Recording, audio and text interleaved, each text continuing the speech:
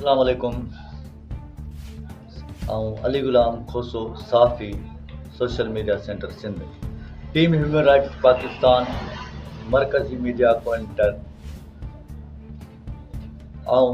मूंखां जेका वारदात थी आहे जुमे जी राति, मूंखां मुंहिंजो वेपन एंड मुंहिंजा जेके ज़रूरी कागज़ात आहिनि, लाइसेंस आहिनि ऐं मोटरसाइकिल आहे मुंहिंजी, उहा बि मूंखां फुर थी, जंहिंमें मूं नॉमिनेट कयो ऐं उनजो अञा ताईं को बि तदारक कोन थी सघियो आहे। अफ़सोस आहे मूंखे इन्हनि ऑफिसरनि ते, जिन खे मूं नाला बि न आहिनि नॉमिनेट बि कया आहिनि। ॿ टे लोफर आहिनि जेके उन खां नथा जलजनि। बार बार मुंहिंजा जेके वीडियो आहिनि उहे SSP साहब एंड DIG हैदराबाद साहब एंड IG सिंध साहब ऐं इंसानी हक़नि जा जेके बि इदारा आहिनि उन्हनि खे कई मरतबा पंहिंजी पोस्टनि ज़रिए ऐं पैगामनि ज़रिए ऐं सोशल मीडिया ते पंहिंजा पैगाम ॾेई चुको आहियां। मूंसां जेका नाजाइज़ थी मूं त तशदुद थियो आहे ऐं मुंहिंजी तबियत अञा सही कान पई थिए। मूंखे धक टिक लॻा आहिनि ऐं उन्हनि जो कुझु वार विंगो बि न थियो आहे ऐं उहा रिकॉर्डिंग बि मूं वटि तौरु उन्हनि जी मौजूदु आहे, जिथे नालो कोन थो खणा। हिकिड़ो ऑफिसर आहे जेको हुननि सां डील तौरु कमु करे रहियो आहे। हींअर राति जी ॻाल्हि आहे, राति टाइम तक़रीबन 11:12 ते सुज़ुकी टमाटर मां ख़ाली थी आई पे मीरपुर ख़ास मां ॻोठ ॾाढा मेन लिल्क रोड ते ॿ मोटरसाइकिल जेके सवार आहिनि उन सां गॾु 4 माण्हू फुर जे इरादे सां सुज़ुकी रोकिराए पिस्टल साम्हूं कयो अथनि। उस्तो पिस्टल सुज़ुकी जे शीशे खे धकाया अथनि ऐं जेको छोकिरो आहे गुलाम सरवर मेमण, उन पंहिंजी वीचारे जान छॾाए भॼण जी कई। घर उनजा वेझा हुआ ऐं उनजा ॻोठाणनि जूं जड़ उते पहुता बि आहिनि। अञा ताईं का बि एक्टिविटी जेका आहे पुलिस में कोन पियो ॾिसां। अफ़सोस सां चवां पियो, अफ़सोस आहे मूंखे, अफ़सोस आहे उन्हनि ऑफिसरनि ते जेके ही सभु सिस्टम ॾिसनि पिया ऐं उन हूंदे बि चुप आहिनि। छो? आख़िर छो? अहिड़ी कहिड़ी वजह आहे, अहिड़ी कहिड़ी ताक़त आहे जेका हिननि खे रोके पई ऐं ही चुप आहिनि?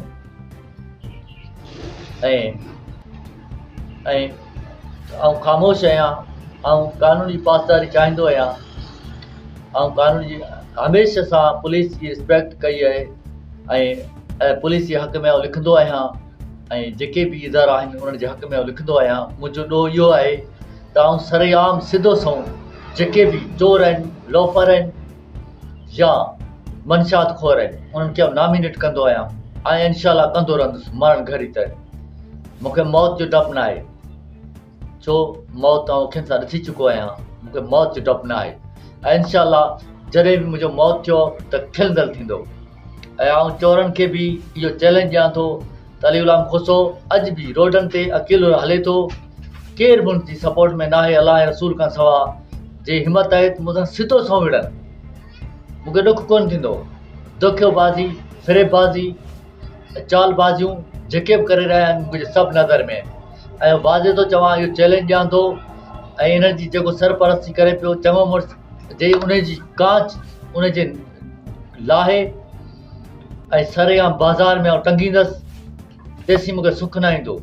अॼु मूंखे 5 ॾींहं थिया आहिनि, मूं मानी बि कोन खाधी आहे। मूंखे गैरत आहे, एॾे अफ़सोस बि आहे, मूंखे पुलिस पार्टी ते अफ़सोस बि आहे ऐं मूंखे पंहिंजी ज़ाती गैरत बि आहे। असीं हिकिड़ी क़ौम जा माण्हू आहियूं, असांजी वॾी क़ौम आहे।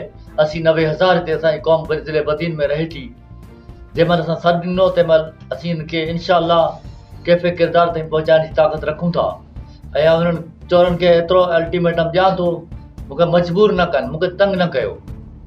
मुंहिंजो जेको वियल सामान आहे सिस्टम आहे, मूंखे वापसि रिकवर थिए, मूंखे मिले, मूंखे इज़त सां ॾेई वञो।